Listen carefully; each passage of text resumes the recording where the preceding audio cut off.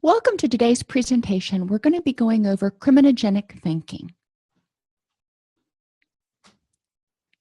So over the course of the next hour, we're going to define criminogenic thinking patterns, compare and contrast criminogenic and addictive thinking patterns.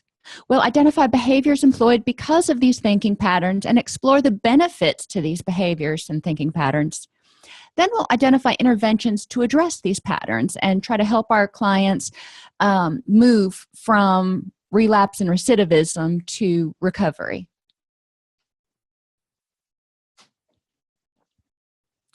So some of the characteristics that we've talked about in our previous discussions of people who either are involved in the criminal justice system and or have addictions. Low self-control, and we use that term, we define that term when we're talking about theories of criminal behavior, referring to impulsivity and inability to delay gratification. They want what they want and they want it now. There's not a whole lot of thinking between wanting and getting. So this ability to delay gratification, to ride the wave, whatever you want to call it, is one of the characteristics. And we're going to go over these. I want you to kind of put yourself in the mindset of this person so you can understand why he or she may behave this way. Defensive and or manipulative. And I put those together for a reason, because our clients who are smarter, and it's not necessarily IQ smart, it may be street smart, can be a lot more charming and manipulative when they feel like they're getting backed into a corner or being criticized, and they can kind of work their way out of situations, whereas some of our other clients who are not as savvy may become more defensive and aggressive and push people away instead of finagling out of the situation. So defensive or manipulative. Here and now orientation, not really thinking about what the consequences are going to be a week from now, a year from now, or thinking about what the consequences have been in the past. Poor interpersonal skills, especially when it relates to the willingness to employ empathy and healthy communication skills. Some people have the ability for empathy and they've just locked it down because they feel like they've been done wrong so many times, and they feel like they've been hurt so many times. They're just like, you know, heck with it, I'm done. And communication skills. Some people have them and don't employ them. Others just don't have them.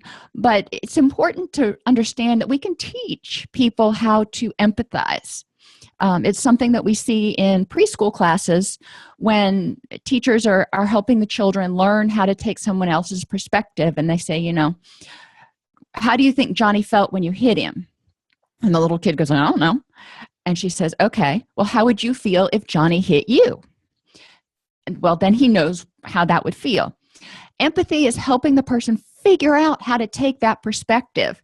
Like I said, some people just never learn that skill. They're never really taught that skill. And it's kind of there, but it needs to be developed in as we develop. Low self-esteem. You know, if you've got poor interpersonal skills, you don't feel good about yourself, you're impulsive, you have an inability to delay gratification, and we'll just jump down to your coping skills are ineffective. You may feel hopeless and helpless and frustrated a lot of the time, which may contribute to low self-esteem. Very few of the clients that I've worked with in the past 2 decades have come in and had great coping skills, great communication skills, and great self-esteem. You know, the communication skills may be there, and they may be used for manipulation as opposed to actually stating what they're feeling. So that self-awareness is another thing we're going to talk about. So kind of getting into the mind of how our clients are feeling when they come to us. In the last presentation, I made the point that for many of our clients, even if they haven't been caught, they are breaking the law. one way or another, they're breaking the law. DUIs, using illicit substances, there's a whole laundry list of things they may be doing. So I don't want to draw an artificial line between addicts and lawbreakers, because these are people who are engaging in the similar behaviors, and we're going to talk some more about that. Whoops. Oh, yeah. So when we talk about criminal thinking patterns, we think about closed channel thinking, and the same thing with addictive thinking patterns. And I'm going to go through and define each one of these as we go through the presentation. Now, a criminal thinking pattern, the person who is using this thinking pattern has a victim stance. Everybody's against them. There's nothing they can do, but they feel more angry and irritated sometimes, whereas the addict has more of a self-pity stance. Oh, poor me, look what happened to me, as opposed to look what you did to me. The good person stance, the criminal thinking pattern, says I'm a good person. I may have done a whole lot of bad things, but overall I'm a good person, and I'm going to focus on all the good things I've done, and ignore any of the bad ones. Same thing with the person who is really into their addiction. Both of them tend to think they are unique. They can get away with things other people can't get away with. They're smarter than other people are. They are different. You just couldn't possibly understand what they've gone through. And they justify a lot of their actions by being so unique. Fear of exposure is prominent in both of them. Both the addict and the criminal, if you will, really have a very low self-esteem, a very little ego strength. So this fear of exposure is the fact that somebody may realize that they are vulnerable. And vulnerability is not acceptable in criminal thinking patterns, in criminal circles. And fear of exposure in the addiction may be fear of exposure of the addiction and potential loss of that, but also fear of exposure for all the things the person has done, because they feel really bad about all the things they've done, but they're not going to tell you about them because they're going to try to put on this facade of being perfect.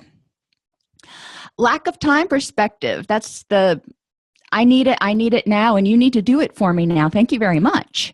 Not being willing to take perspective of what's going on for other people. Selective effort, I'm going to put effort into what I want to. In criminal thinking patterns, there's the use of power to control. I am going to sort of bully you into doing this, that, and the other. Or I am going to manipulate you through the use of money, drugs, sex, something that provides power in that particular social circle. Use of deceit to control is more of the way the addict goes about getting control. Lying, manipulating, rationalizing, justifying. There's not as much power exertion. The criminal seeks excitement and sort of that rush, that power. Again, we're back to power. They're wanting to feel like they're dominant. The addict wants the pain to stop. And so, in this particular presentation, we're going to talk about seeking pleasure first. They want the pain to stop. They want to feel normal. For a lot of our clients, it's not feeling good. It's just feeling normal. And both tend to take an ownership stance at a certain point of everything. Relationships, people, events. It's all about a transaction because they've divorced themselves emotionally from so much of what's going on. So closed channel thinking, which is common to both, people are not receptive to constructive feedback, and they're not self-critical. So you can't provide, and I mean, think about in a treatment setting, in a residential treatment setting, with someone who has closed channel thinking, and they're not receptive to constructive feedback, and they're not able to give themselves constructive feedback. So the counselors are really kind of in a quandary because it's really hard to work with a person who's not willing to look at anything. And there's no disclosure. It's like, remember we talked about the good person. I'm going to tell you about all the good stuff I've done, but all the stuff that I'm ashamed of or all the stuff that I don't feel so good about, I'm not going to tell you, which goes down to lies by omission. I don't remember what I got pulled over for. I don't remember why I lost my license. Or, when you ask about trauma or being the victim or perpetrator of a traumatic incident or abuse, that's none of your business. If you have someone, and this happens in residential treatment, I can tell you I experienced it when people would come home from either work phase or they would come home from being out on furlough, and they were late, or when we called in to check up on them, they weren't where they were supposed to be. And the response was always something like, well, I didn't lie. I told you I wasn't at X, Y, and Z. I just didn't tell you what I was really doing. So these lies by omission are justified as being truthful. And we need to help our clients understand that lies by omission are still lies, and lies by omission to others as well as yourself are still lies. So when we're talking about, and we're going to take a little detour to like 12-step philosophy here, when we're talking about step 1, when we're talking about getting honest about what's going on, people need to be honest with themselves, and they need to tell themselves everything that they want to know and everything they don't want to know. So this lies by omission and lies by commission are really important in the early treatment process, helping people understand and identify their justification and minimization patterns. Closed channel thinking, these people are good at pointing out and giving feedback on the faults of others. Why? Because they don't want to look at their own stuff. They want to paint this facade of being perfect. And if I'm going to paint this facade of being perfect, you can't look too close. So if I don't want you to look too close, I need you to look everywhere else. So I'm going to point out and give feedback on the faults of others, whether it be staff members or other clients or, Jim Bob that I work with, just to get you talking about something besides me. Some of the ways people exemplify this is by saying to somebody else, well, if you would have done this, that, or the other, then I wouldn't have. It's your fault that I did this. Or you have no room to talk about me when you fill in the blank. And we hear this a lot in treatment groups. We hear this a lot, even with staff, and helping staff understand the function of this behavior is a protective mechanism. When the person starts to feel threatened, when they start to feel vulnerable or exposed, they are going to try to protect themselves, which may mean putting you on the defensive. It may be pointing out other people's faults. It may be trying to distract. It may be lies by omission. There are a whole host of things. But basically, this closed channel says, I am going to focus on all the things good about me, not focus on anything that needs to be fixed, because there's just so much there, it's overwhelming. And if you try to go there, I'm going to make sure to, throw up as many hurdles as possible.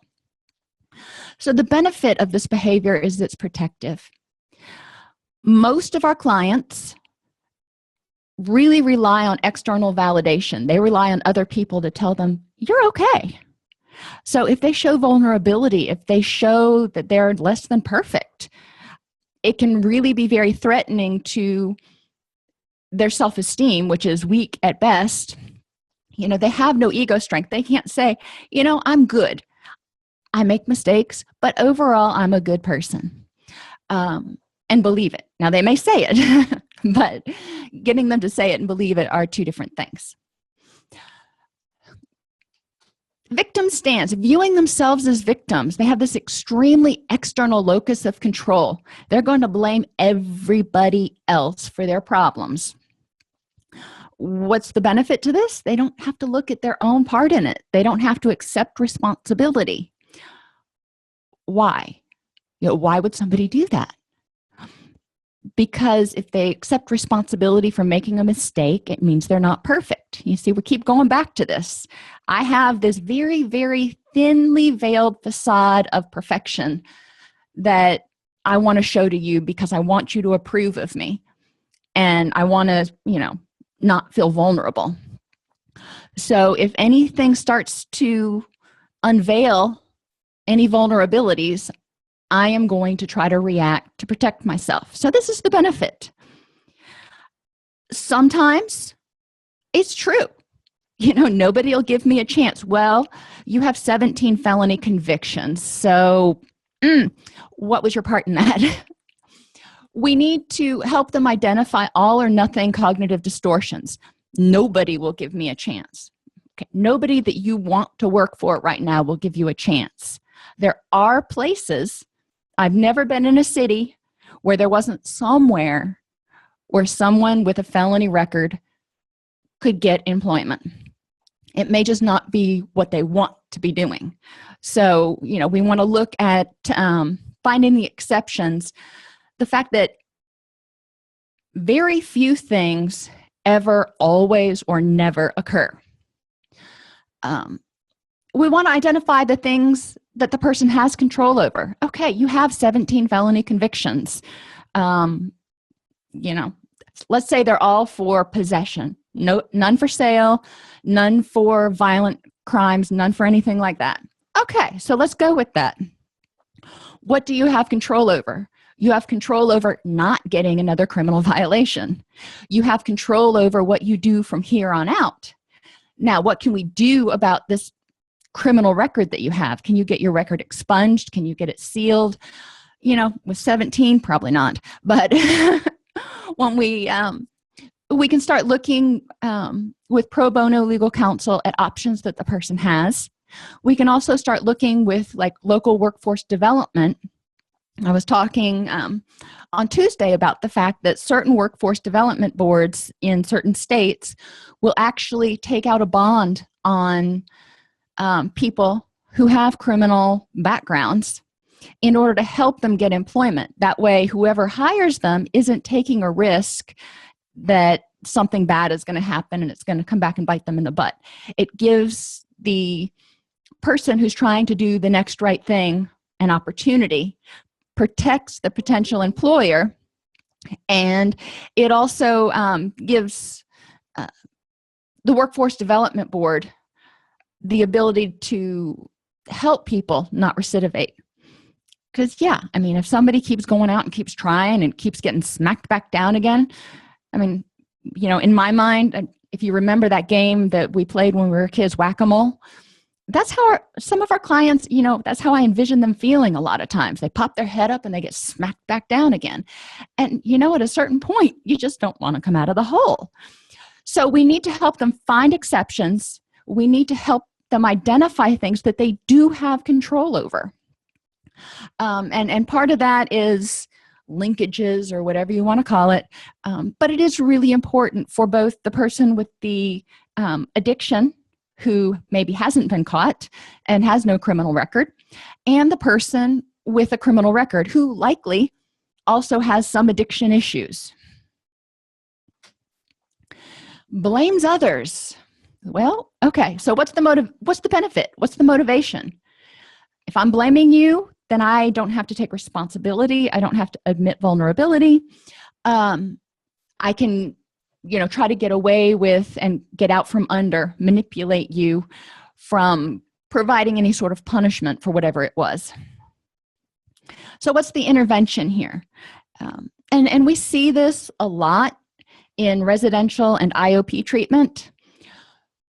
It's really important to help change this dialogue that people have. When something goes wrong, the first thing they do is want to blame someone else. Well, when something goes wrong, the first thing you need to do is ask yourself, what was my part in it? Used to drive me bonkers. My first supervisor, and I love him to death. I worked under him for 14 years. He was really taught me everything I know about supervision. But I would go in there after, we'd get a complaint from one of the clients or something, and I'd have to go in and tell him what happened and our corrective action and yada yada, his response to me was always, I got this complaint. What did your staff do to bring it on? And I'm like, that worked like twice. And then I realized that, I had to answer that question first. I had to look at the 3 fingers pointing back at me or my staff before I started talking about the 2 fingers pointing out at the clients. So we want to role play the other person's position to understand their motivation. If you're going to blame this person for whatever they did, let's put ourselves in their position and try to figure out why did they do what they did. And then the 3-finger rule. When you point out, your index finger and your thumb are pointing towards whomever, but the other 3 fingers are folded back at you. So what part did you have in it? I would never get out of that meeting without identifying what our staff could have done better, because we all make mistakes. And, sometimes it was very minuscule what staff could have done a little bit differently, but there's always room for improvement. Likewise, there were generally some treatment issues to be addressed with the client. It wasn't just my staff's fault. I had a really good staff, but it also wasn't just the client's fault. It was a whole bunch of factors that went together. And we had, at any one point in time, it was a co-educational residential adult treatment facility, and we had 86 beds. So, it wasn't like they were crammed in on top of each other. So there were tensions that got kind of raised at a certain point. So we need to look at what's the motivation and benefit. They view themselves as a good person, focusing only on their positive attributes. Well, I don't want to talk about my negative attributes. Do you go into a job interview and go, hey, let me tell you all the things that I'm really bad at? So we have it all out on the table. No, you try to downplay those a little bit. Same sort of thing when you have a person who has a low self-esteem, who is trying to integrate into a treatment center, into a job, into a social setting. They're going to start focusing on their positive attributes. If you don't feel good about yourself, you're probably not ever going to volunteer the negative ones, which leads to failing to acknowledge destructive behavior. When we talk about addictions, we talk about people trying to cover up and hide what they've been doing. When we talk about criminal behavior, same sort of thing. You don't go home on Sunday to your mama's house for dinner and go, well, I knocked over a liquor store this weekend. And no, that's not something you're going to be out and out sharing. You're going to be sharing the fact that, hey, I have money to help you pay your rent this weekend. We're not going to talk about where it came from. They build themselves up at others' expense. All else fails, push other people down so you look better. Interventions. The constructive feedback sandwich. When we talk with clients, or when we have clients talk about themselves, start with something positive. What did you do right in this situation? Then go to whatever needs addressing. What could have been done a little bit better and how? And then follow up with, overall, it sounds like you did these things correctly or you're happy about these things, but you could do a little bit of improvement on this. So you want to start with a positive, focus on the construction or reconstruction, and then end with a positive. That way the person walks out feeling empowered, not smacked back down like the whack-a-mole. Explore feedback as a specific information about a changeable behavior. A lot of our clients, when we point out a fault, when we point out maybe that they are not participating in group, something, or they don't seem to be engaged in the process. That's vague anyway, so we want to give them examples of what makes me think you're not engaged in the process. But we also want them to understand that, I know you want to be here for one reason or another. And if a client is in treatment, if a client is in, on papers, on probation and parole and doing the next right thing, they want to be there for a reason. Now, it may not be to get clean, it may just be to get off papers, but they want to be there right now. So let's talk about the fact that I want to help you achieve your goal, whether it's get off probation, get clean, or both. So let's focus on this behavior, because it's not you as a person that's a failure. It's not you as a person that I'm saying anything negative about. It's the fact that I'm not feeling like you're engaged because of these, three things that I've seen. Always bring it back to a specific changeable behavior and make sure the person doesn't take it as a global, internal, stable character trait. You're stupid, you're lazy, you're sloppy, you're a criminal, whatever. We don't want them to take that away, because hopefully that's not how we feel about them. Lack of effort or selective effort. Unwilling to do anything he or she finds boring or disagreeable. Well, there's a lot of stuff that I don't want to do and that I may find boring or disagreeable. And just think, if you're a parent, think about when you're working with your kids, trying to get them to do chores or trying to get them to do homework. There's selective effort. We all have it. It's not just a trait of an addict or someone in the criminal justice system. So the question is, why won't you do it? Why is it not rewarding or beneficial to you? And what is it that you have to do? What's the minimum to get by in order to feel okay about it? Well, it's boring. We do things because there's a reward. Let's just be frank about it. We do things because there's a reward. If you're going to work every day, working a minimum wage job out in the heat, sweating your butt off, working for somebody you really hate, yeah, I can see why you might not want to go to work. So we need to look at what's keeping you from wanting to do this. Some interventions, because there are things that are disagreeable that we just have to do. The Premack principle says if you take something that is unpleasant, like homework, and pair it with something pleasant, or have that reward available immediately after finishing the task, it's more likely for the task to be done. Now, I'm not going to say that this was the best pairing in the world, but it was one that I did in college. I would do a subject of homework, and then I would reward myself with some sort of dessert type treat. Thankfully, I only took 3 classes at a time, or I would have weighed 300 pounds. But the Premack principle says, let's pair it with something pleasant.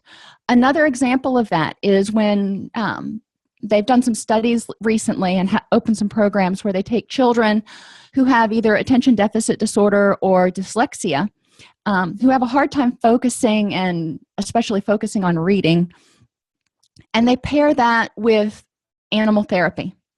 And so the children read to the dogs, or the children have the dog there to pet while they read to themselves. And for a lot of kids, having that animal there and available is reward enough to make it not unbearable. Decisional balance exercises. Go through whatever it is and say, okay, what are the pros to doing this behavior? Because, we're talking about it because there are some reasons it needs to be done, like paying bills. The pros to paying bills, well, you keep your lights on. The drawbacks to paying bills, you may not have the money for it. What are the pros to avoiding paying the bill? You keep your lights on for a little bit longer, but you may have fees, or and then what are the drawbacks to putting it off? So do a decisional balance exercise with them and help them tip that scale. Help them make it so it's less unpleasant. The more rewarding choice, however you want to put it, is to do the behavior. And finally, you can explore what it means to do the task. I said earlier about having a job that you really, really hate. What is it about this job you hate, and what does it mean to you? I've worked with clients before who have been adamant, they've been 40, 45, 50 years old, And they've been adamant that they're not going to take an entry-level position doing anything, and they won't work anywhere for less than, $20 an hour. So we have to talk about, well, what does it mean to have an entry-level job to you at this point? And most of the time it comes down to, I'm older than most of the supervisors there, I've had jobs that have paid more than that, yada, yada, yada. But exploring what it means to that person, then exploring how they can make it tolerable, maybe viewing it as a means to an end. Sometimes you have to take jobs you don't like just to prove that you're employable. So let's look at this as a job and not a career. You're in it for 18 months. And then what can you do? How will that change the picture for you?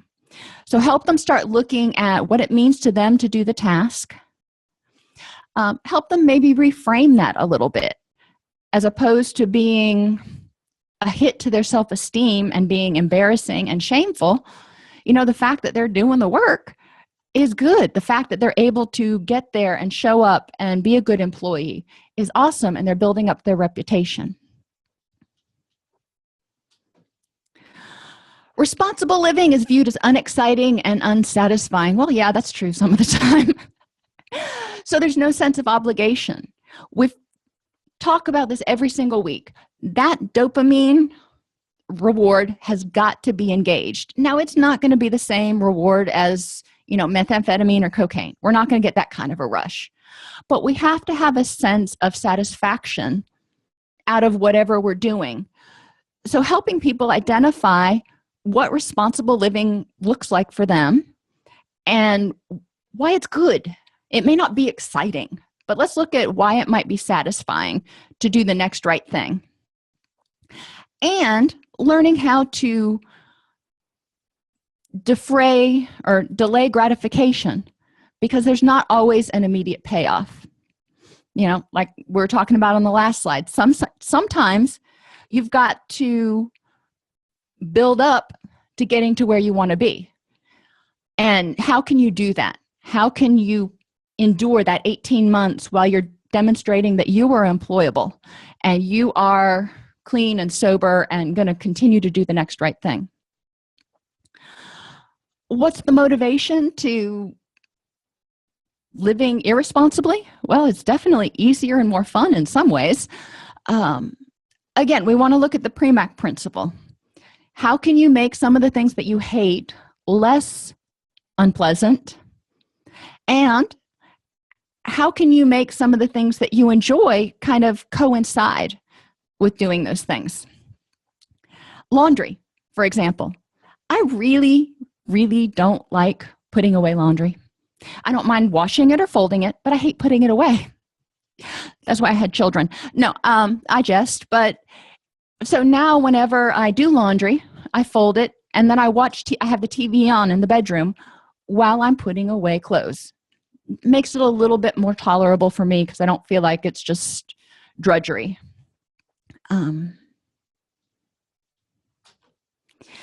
Lack of time perspective. Now, this is one of my little pet topics, if you will.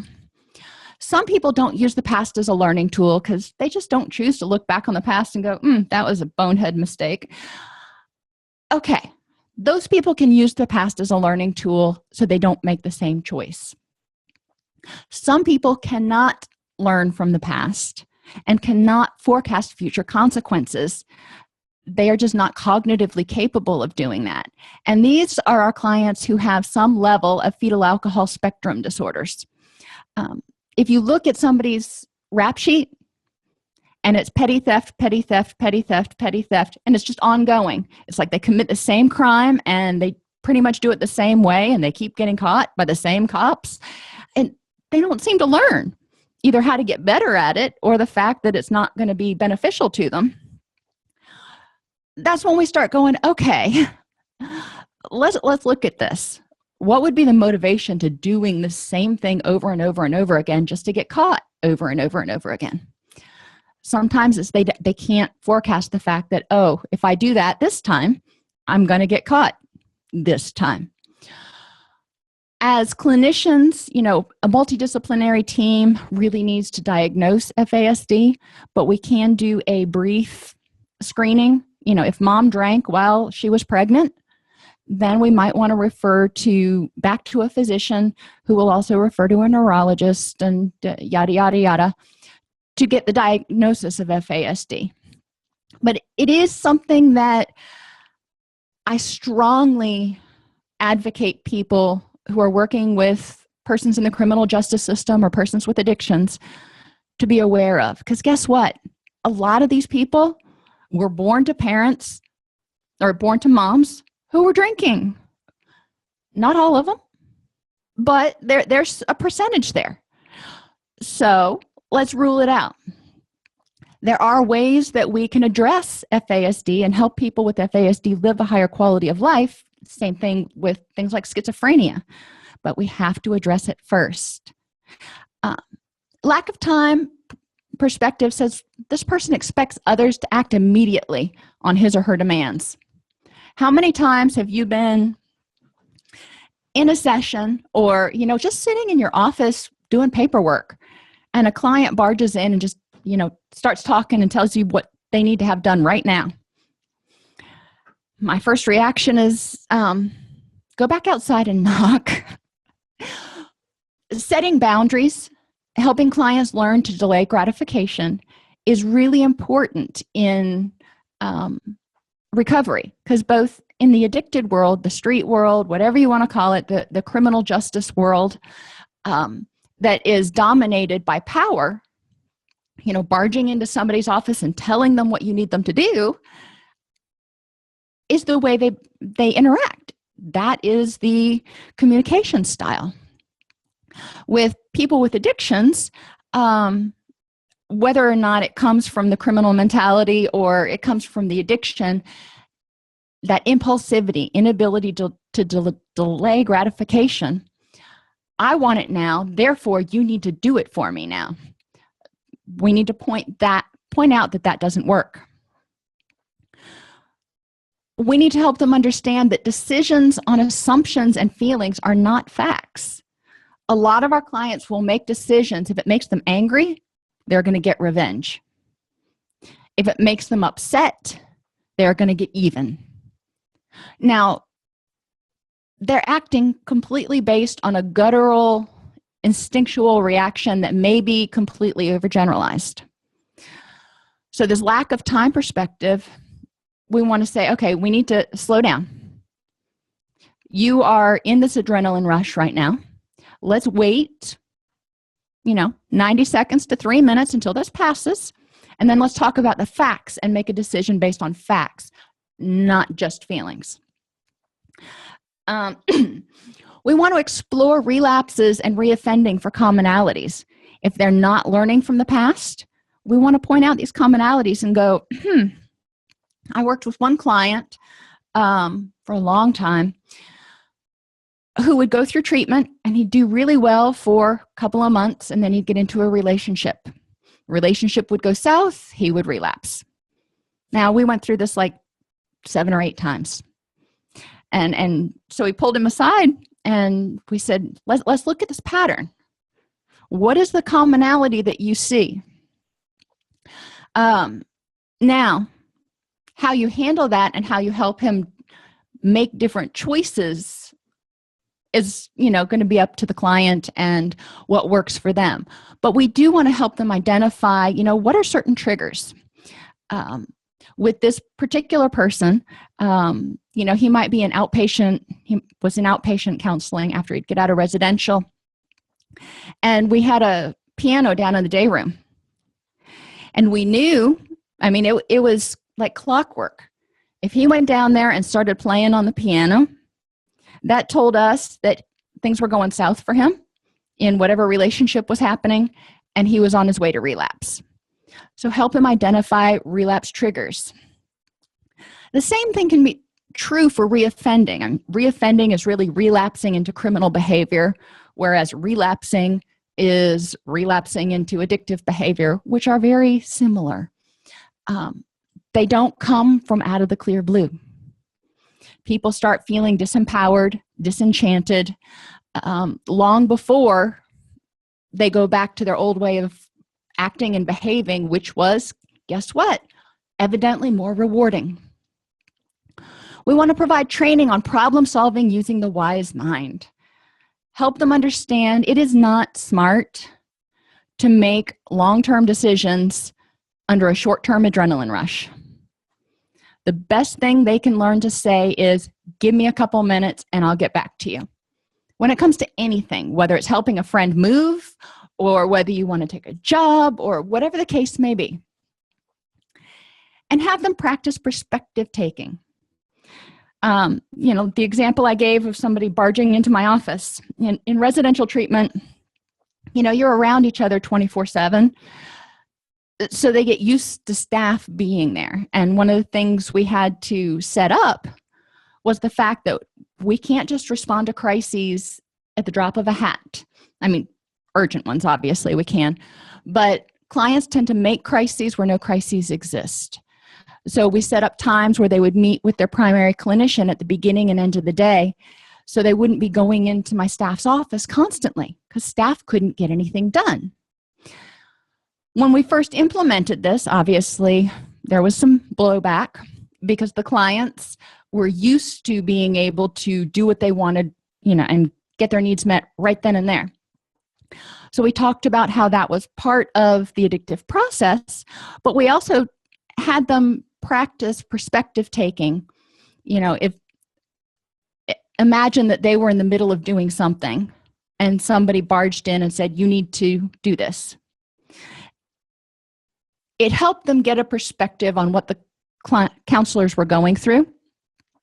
It didn't last for a long time, but at least for a few minutes, they were in the counselor's shoes going, yeah, that can be overwhelming when you've got demands coming from here and demands coming from here. Fear of fear. If you don't have a strong internal self-esteem, a strong internal compass that says, I'm okay, then our basic fears become even more prominent in our everyday life. Fear of loss of control of people. If I don't control you, you may abandon me. If I don't control you, you may see my vulnerabilities and exploit me. So I need to control you. Loss of control of situations. If I don't control this situation, you may see that I'm vulnerable or I may become vulnerable. And heaven forbid, loss of control of emotions. Many of our clients really don't like to let it rip. They've gotten used to holding in emotions and everything's just fine. It's all good. When we know good and well it's not fine or all good. And if you work in a 12-step sort of orientation, you know that FINE is an acronym that represents things that are not exactly fine. I'll let you Google what it stands for. Failure and rejection. We all hate to fail. We all, really don't like rejection. For our clients, what they do is who they are. They don't have this internal concept of self that says, I'm okay. I may really suck at this thing over here, but that's all right. So if they fail at something, they fear rejection because they fear it means that they are inadequate, which leads to this fear of isolation. And the unknown. It's hard for someone who needs to control something all the time to be in a situation where they can't anticipate what's going to happen. It makes them very anxious. A lot of this is because they're externally validated. They have low self-esteem. They require other people to tell them, you're okay. You're all right. You're a good person. So let's work on self-esteem building. Let's work on helping them to say, I really actually am a good person and believe it. That's the key. They got to believe it. And they've got to understand, recognize, and maybe even celebrate the fact that, yeah, they may not be perfect at everything, but that's where, our social relationships are beneficial because there are other people who are good at it. I don't have to be good at everything. I can be good at my stuff and you can be good at your stuff. And, we put our stuff together and maybe we can actually get a project completed. We want to help them learn about these basic fears and fight or flight responses. So when you feel like you're afraid of losing control, how do you react? And I mean you as in the client. Help them understand what they do. A lot of times, well, I can't even say that. Some clients will get aggressive. Some clients will start blaming. Some clients will withdraw. Some clients will just drink themselves into a stupor. Help them identify what they do when they start feeling like they're losing control of something. And help them figure out what to do differently.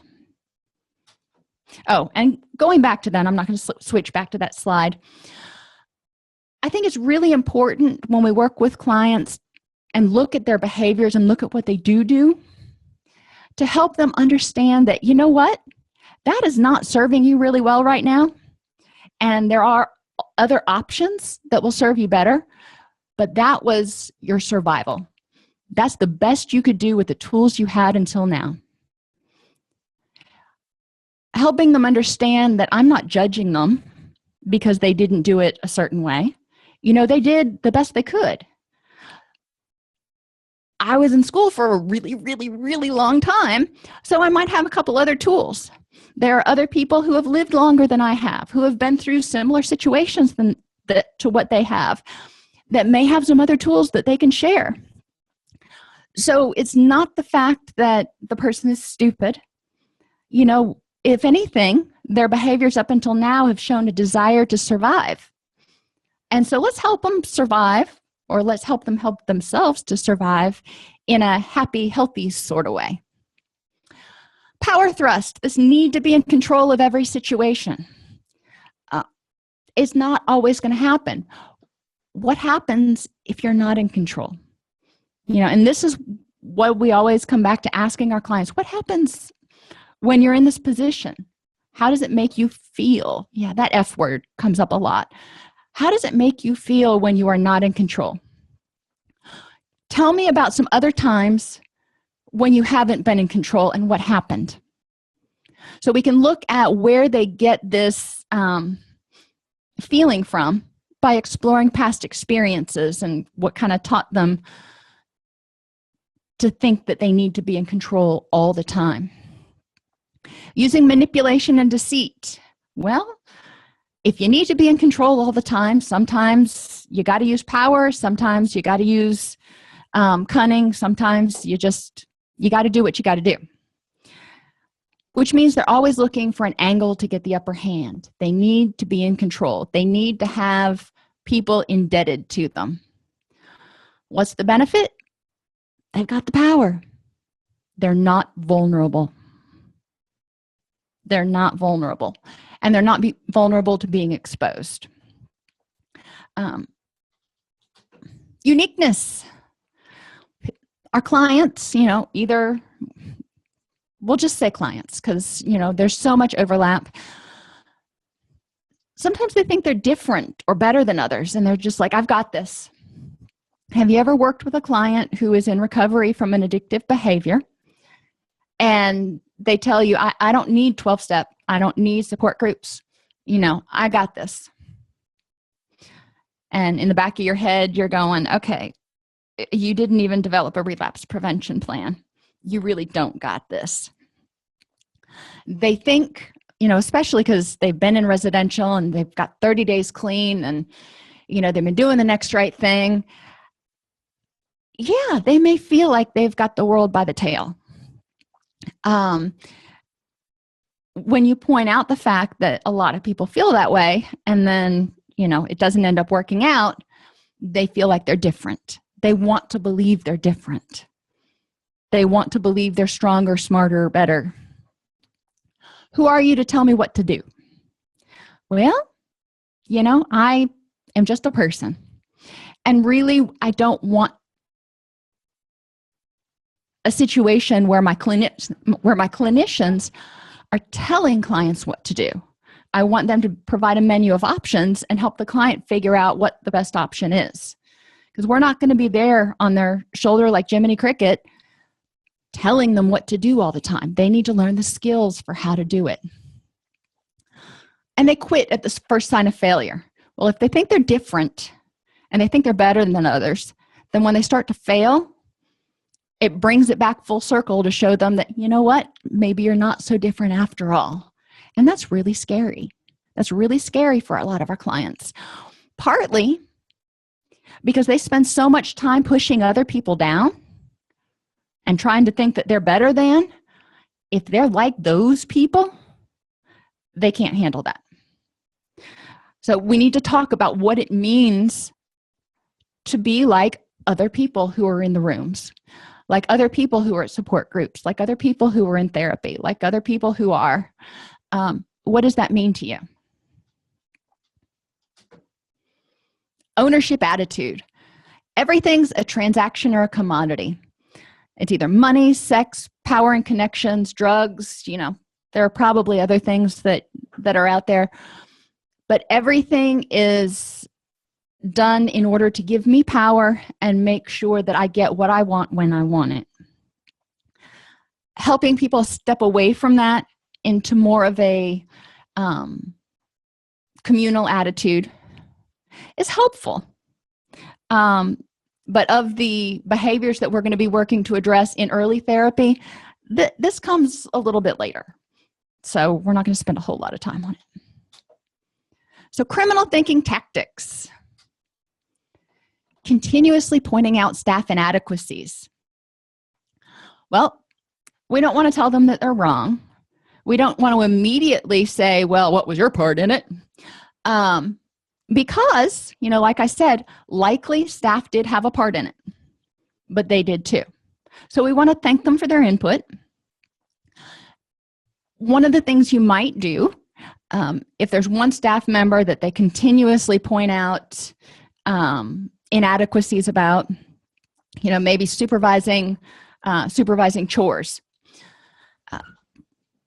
And obviously this is in a residential setting, but if you have that situation, maybe the client can be assigned to help the counselor who's on duty supervising chores, and they can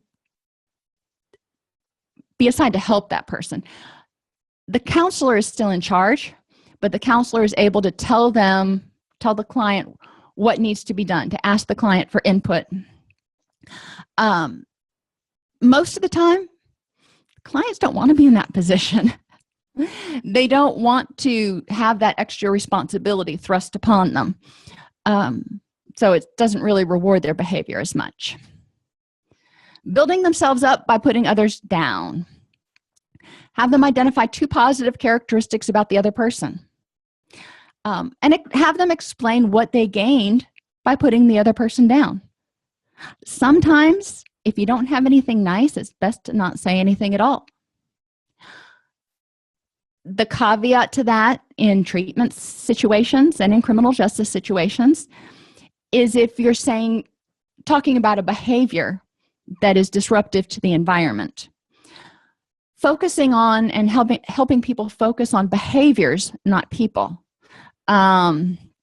He's being lazy. Well, I can't fix that. What is he doing that you find disturbing or offensive? That we can talk about. Help them identify what specific behaviors it is. Telling others what they want to hear. Now, it's hard to correct this one because we all like clients who are really agreeable. But in reality, a lot of times they don't agree with us. So we want to discuss what the benefits are to agreeing to this behavior. When clients used to come into our treatment facility, and I'll pick up the pace a little bit, one of the things, it was a 12-step facility, so they had to go to meetings. And they say, okay, I'm down with that. I'll get a sponsor, yada, yada, yada. And you can just tell by the way they say it and the look in their eyes that they have no intention of doing it. So we want to talk about what is the benefit to saying you're going to do something you're not going to do. What can you do differently? Because I'm not really interested in hearing what you're not going to do, but I do want to know what you're going to do differently to meet the same needs. And how can you communicate that to me in a way that is effective? Lying and distorting the truth. Help them identify facts for and against the truth. Okay, this happened, so tell me about the facts that support your statement. Tell me about your facts that don't quite align with the statement. Vagueness, always require details: who, what, when, where, why, and how. It's when people start to lie, they try to keep it vague a lot of times, because then it's easier to go back and try to get you a little bit off kilter. Diverts attention and throws focus. Encourage your staff to firmly stay on focus. Know that they're going to try to divert you. Help staff learn how to point out the behavior constructively and examine the motivation. Most of the time, they were getting near something the client didn't want to talk about.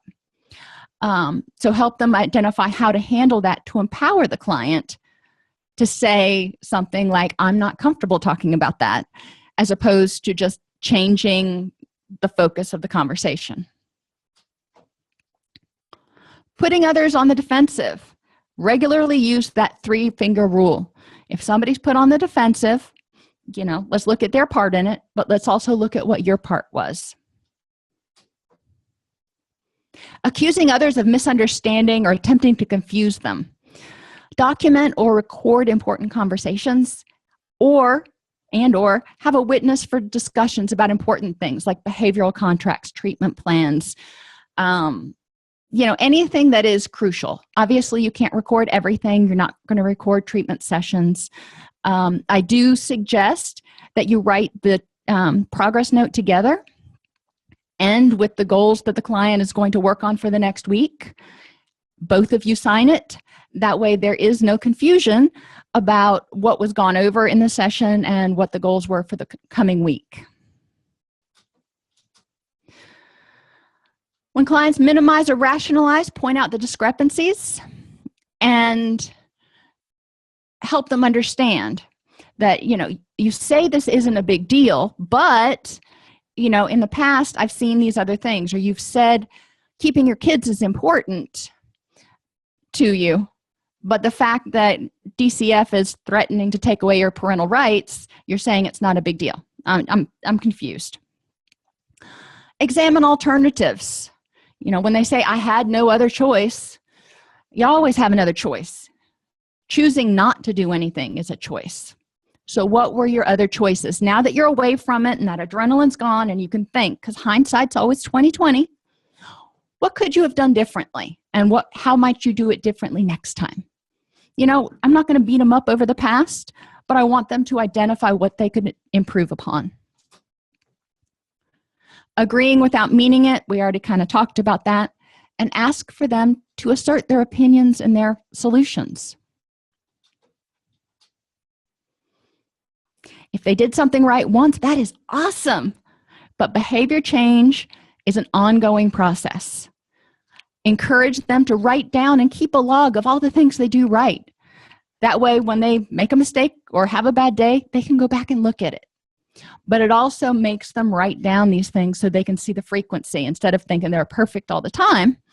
But it also helps them see that they're doing better. Criminogenic need constitutes a dynamic risk factor or attributes that offenders use, and these can be changed or influence the probability of recidivism. So we need to look at these needs, that need for self-esteem, need for validation, need for power and control. Improve interpersonal skills, improve communication skills, and help them develop sane, sober, stable relationships.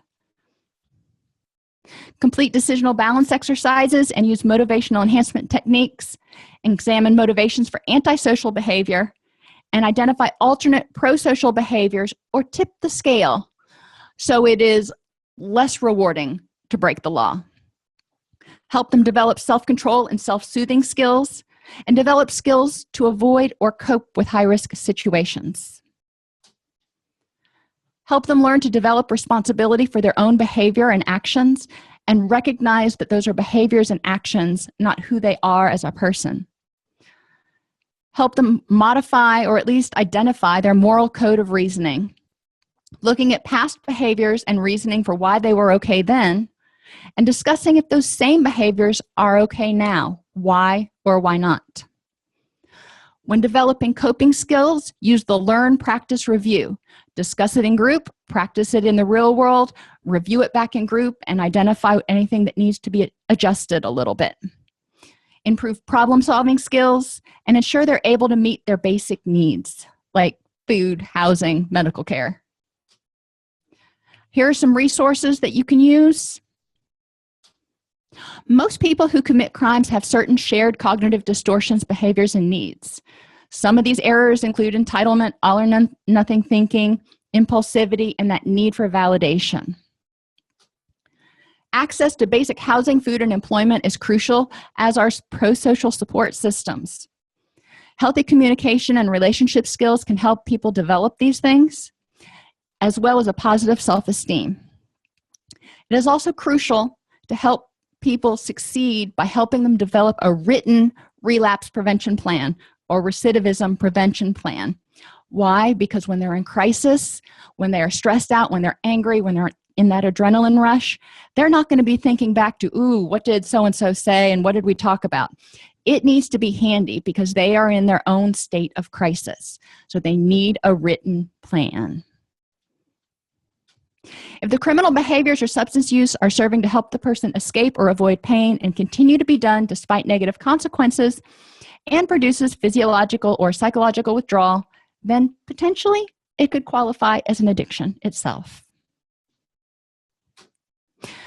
Okay, hit fast forward on that one. If you have any questions, feel free to put them in the text box. Feel free to send me an email to support@allceus.com. Otherwise, your quiz is open in the classroom, and I hope you have a great rest of your day.